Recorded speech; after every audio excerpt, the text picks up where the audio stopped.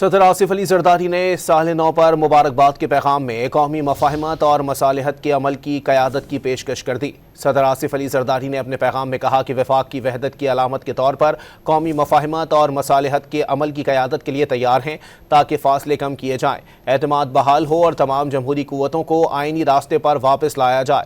پاکستان کو محاذ آرائی نہیں، تعاون کی ضرورت ہے۔ صدر کا کہنا ہے کہ وقت ماحول میں شدت اور حرارت پیدا کرنے کا نہیں بلکہ روشنی پیدا کرنے کا ہے۔ یہ لمحہ قومی خود احتسابی اور اجتماعی عزم کا ہونا چاہیے۔ پاکستان کے نگہبان ہونے کی حیثیت سے اپنی ذمہ داریوں کی تجدید کرنا ہوگی۔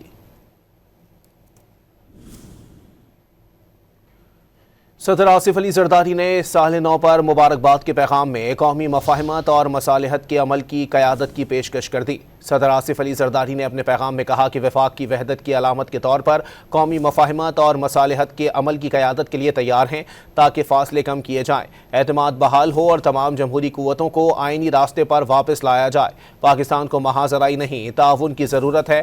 صدر کا کہنا ہے کہ وقت ماحول میں شدت اور حرارت پیدا کرنے کا نہیں بلکہ روشنی پیدا کرنے کا ہے۔ یہ لمحہ قومی خود احتسابی اور اجتماعی عزم کا ہونا چاہیے۔ پاکستان کے نگہبان ہونے کی حیثیت سے اپنی ذمہ داریوں کی تجدید کرنا ہوگی۔